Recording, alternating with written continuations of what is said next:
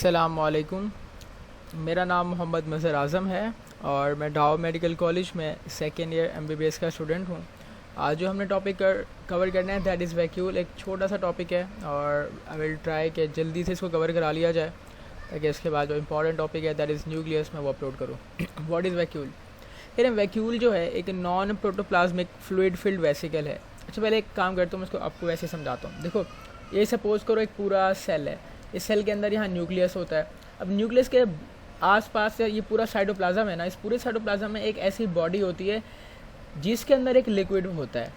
ठीक है, अब आप बोलोगे कि पूरे साइटोप्लाज्म के अंदर भी तो लिक्विड होता है। जो साइटोप्लाज्म वाला लिक्विड होता है ना, उसको हम प्रोटोप्लाज्मिक लिक्विड कहते हैं, क्योंकि वो प्रोटोप्लाज्म का पार्ट है। वो जो लिक्विड है वो प्रोटोप्लाज्मिक लिक्विड है, यानी कि साइटोप्लाज्म जो है आपकी प्रोटोप्लाज्म बनाती है ना, और वैक्यूल भी आपका प्रोटोप्लाज्म बनाता है। तो ये जो नॉर्मल लिक्विड होता है इसके अंदर, आपके न्यूक्लियस के अंदर, वो प्रोटोप्लाज्मिक लिक्विड है।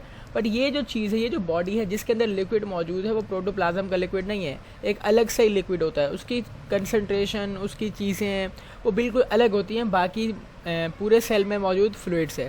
ठीक है, तो इस बॉडी को हम कहते हैं वैक्यूल। ठीक है, और वो सॉल्यूशन जो आपके इस वैक्यूल के अंदर होता है लिक्विड की फॉर्म में, उसे आप साइटोसोल कहते हैं। ठीक है, सॉरी, साइटोसोल नहीं कहते, बल्कि आप उसे क्या कहते हो, what I have just missed a word I guess. ठीक है, सेल सैप कहते हैं, सॉरी, सेल सैप। तो ये रहा।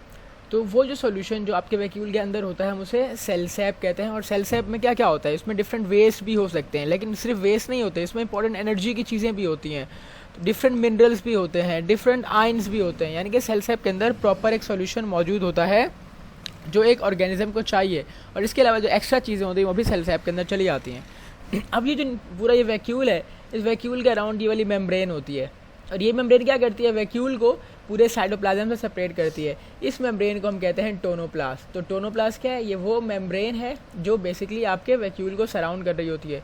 और ये टोनोप्लास्ट की मेम्ब्रेन भी सेमी परमिएबल है। सेमी परमिएबल का मतलब क्या है, कुछ चीज़ों को अंदर आने देगी और कुछ को नहीं आने देगी। अब पता होता क्या है, प्लांट्स के अंदर तो वैक्यूल, जब प्लांट छोटा होता है ना, उसके अंदर ये वैक्यूल छोटे छोटे होते हैं और बहुत सारे होते हैं। जैसे जैसे प्लांट मैच्योर करता जाता है तो ये सारे वैक्यूल आपस में मिलके एक बड़ा वैक्यूल बना देते हैं। जब वो बड़ा वैक्यूल बन जाता है ना, तो न्यूक्लियस को धक्का देके साइड पे कर देता है। तो आपसे पेपर में पूछा जाता है या रीजनिंग में पूछ सकते हैं कि भाई why in plant the nucleus is push to the side, because of the presence of large vacuole. Large vacuole क्या करता है, इस न्यूक्लियस को धक्का देता है, ये रहा न्यूक्लियस कि तुम कोने पे चले जाओ और बीच में मैं आ जाता हूँ। तो इस वैक्यूल को आप सेंट्रल वैक्यूल भी कहते हो, जो कि बहुत बड़ा होता है। ओके, और अब जो ये टोनोप्लास्ट है, टोनो का मतलब होता है टेंशन। जो ये मेम्ब्रेन है, टोनोप्लास्ट नाम है ना इसका। अच्छा, टोनो वर्ड का मतलब होता है टेंशन। अब ये टोनोप्लास्ट है ना, ये क्या करती है, यहाँ एक टर्जर प्रेशर क्रिएट करती है। लाइक जब वैक्यूल के अंदर सॉल्यूशन ज़्यादा हो जाएगा तो थोड़ी फूल जाएगी ना, जब फूल जाएगी तो पूरे आपके साइटोप्लाज्म का भी प्रेशर ये बढ़ा देगी। तो इसको कहते हैं टर्जर प्रेशर मेंटेन करना। और आपके पेपर में आपसे पूछा जाएगा कि टर्जर प्रेशर किस वजह से होता है। It is because of the presence of liquid in the vacuole which creates a pressure and exerts a pressure on your tonoplast. Vacuole के अंदर क्या होता है, आपका सॉल्यूशन होता है, लिक्विड होता है, सेल सैप होता है, उसकी वजह से एक प्रेशर क्रिएट हो जाता है जो टोनोप्लास्ट पे लगता है। और उस टोनोप्लास्ट की मेम्ब्रेन के ऊपर जो प्रेशर लगता है उसको हम टर्जर प्रेशर कहते हैं।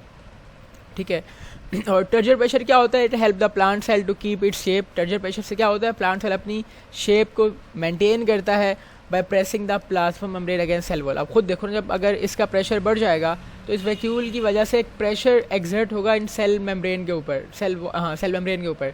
जब प्रेशर एक्सर्ट होगा तो क्या होगा, सेल मेम्ब्रेन का एक प्रॉपर साइज हो जाएगा, वो थोड़ी डायलेट हो जाएगी, उसके अंदर एक टेंशन पैदा हो जाएगी। तो यही तो कह रहे हैं कि टर्जर प्रेशर क्या करता है, प्लांट सेल की शेप को मेंटेन करता है। कैसे, by pressing the plasma membrane against the cell wall, और it maintain a nice rigid structure of plant. और प्लांट का स्ट्रक्चर भी मेंटेन करता है। बाकी सारी वही बातें जो मैंने बताई हैं कि सिलेक्टिवली परमिएबल मेम्ब्रेन है और इसमें वैक्यूल होता है, और वैक्यूल का जो सॉल्यूशन होता है liquid, it is non protoplasmic liquid. ठीक है, और एक वेसिकल है। What is vacuole? It is a vesicle which is filled with non protoplasmic fluid. ठीक है, और यंग में क्या होता है, बहुत सारे वैक्यूल होते हैं, जब मैच्योर हो जाता है तो सारे मिलकर एक सेंट्रल वैक्यूल बना देते हैं। और प्लांट सेल में it is surrounded by membrane called tonoplast. Tonoplast selectively permeable है और यही एक टेंशन देती है, keep tension on the vacuole. Tonoplast की वजह से एक वैक्यूल के ऊपर टेंशन हमेशा रहती है। सो स्टूडेंट्स ये था टॉपिक, छोटा सा टॉपिक था आई नो, बट इम्पॉर्टेंट था कि मैं कवर करा दूँ। इसमें सेल सैप बहुत इंपॉर्टेंट चीज़ है, ये नॉन प्रोटोप्लाज्मिक लिक्विड वाली बात बहुत इंपॉर्टेंट है। और ये बात के एक टर्जर प्रेशर क्रिएट करता है, ये भी हमसे क्यूज़ में पूछते हैं आपसे पास पेपर में।